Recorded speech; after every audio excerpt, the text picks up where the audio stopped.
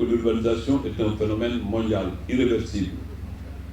Présentement, plus de la moitié de l'humanité vit dans les villes et le taux d'urbanisation devrait atteindre 60% d'ici 2050. Plus que des espaces de convergence et de concentration humaine, les villes sont les moteurs de développement économique, social et culturel des sociétés modernes.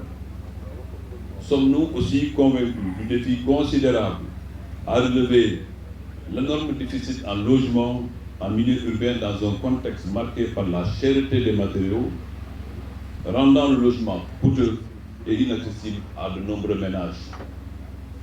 Il y a donc, mesdames et messieurs, urgence à repenser tout l'écosystème de la construction et à mener toute une série d'études et de réformes hardies en la matière.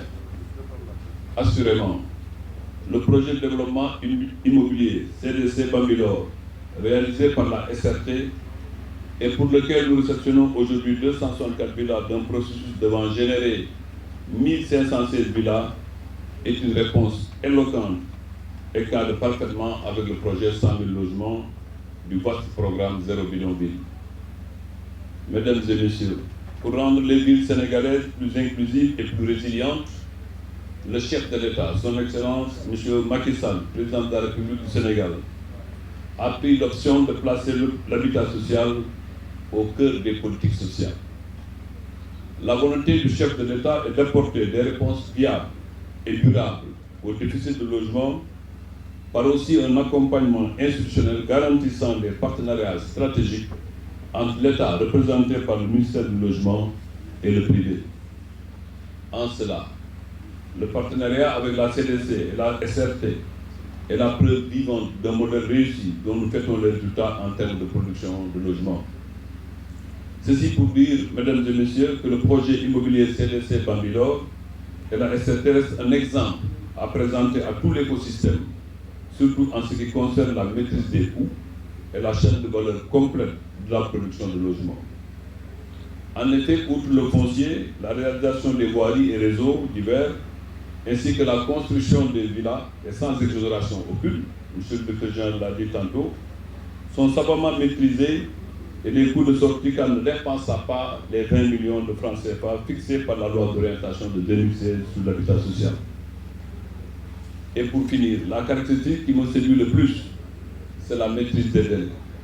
En 12 mois, vous avez réalisé cette phase de plus de 200 logements et surtout dans un quartier totalement aménagé. Le respect des délais est un critère fondamental, non pas seulement sur l'angle politique, mais aussi et surtout eu égard à l'urgence et l'importance de la question de l'habitat social. Monsieur le Directeur général, mesdames et messieurs, soyez rassurés que mon département continuera à vous accompagner.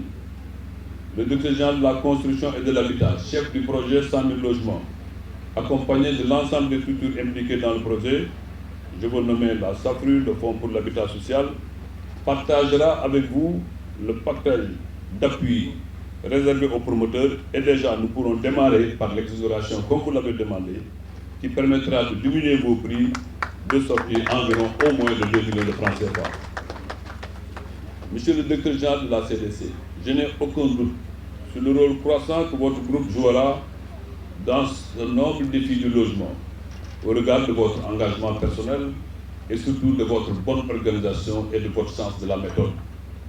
C'est d'ailleurs pourquoi j'invite les autres promoteurs publics et privés, les coopératives, à s'inspirer de votre modèle de management pour enfin accroître la production de logements abordables et accessibles au plus grand nombre de Sénégalaises et de Sénégalais. Ensemble, gardons le cap pour faciliter l'accès au logement aux citoyens et contribuer ainsi à la consolidation du bien-être familial et à notre commun vouloir de vivre ensemble, national. Mesdames et messieurs, c'est sur cette note d'optimisme que je souhaite une bonne installation aux nouveaux acteurs.